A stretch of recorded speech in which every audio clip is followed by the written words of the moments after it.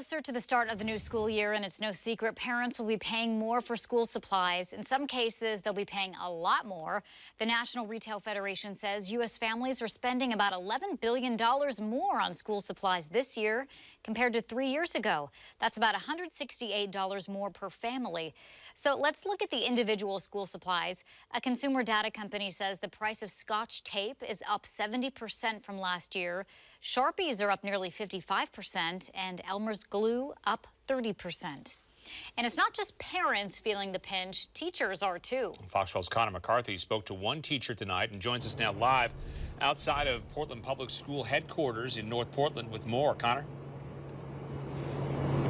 Well, Pete and Nora, even though I talked to a Portland Public Schools teacher tonight, teachers across our area and across the country are seeing the price of school supplies go up. Now, Russ Peterson says that he feels fortunate he has 2 decades of teaching under his belt to accumulate a lot of those school supplies. But he says he knows it's those first-time teachers that will feel the pain of inflation this year. It's back to school season, but preparing this year is a little pricey. A little anxious to see what the bill is going to be. Russ Peterson is a social studies teacher at Grant High School. He says he hasn't done the back-to-school shopping quite yet, but he knows the bill will be higher than last year. And I think a lot of us are just kind of looking for budget, bargain bin stuff where we can find it.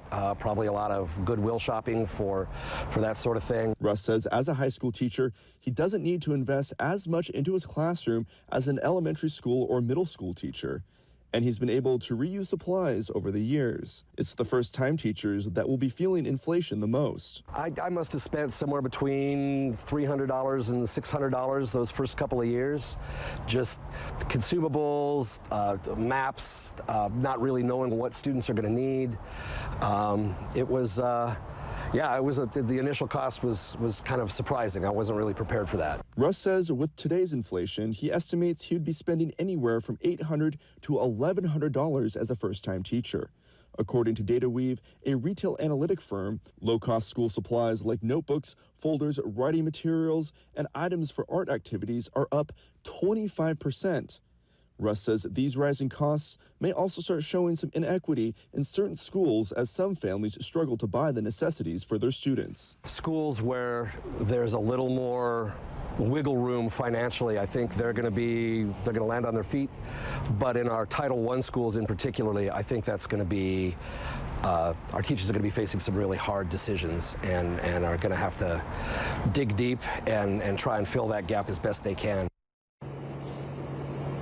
Well, Pete and Nora, Russ also says that Portland Public Schools does provide a $100 stipend to its teachers to buy school supplies.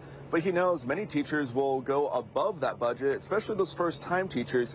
And he has a message for those first-time teachers. If you need help, contact your colleagues because they've been in the same position as you.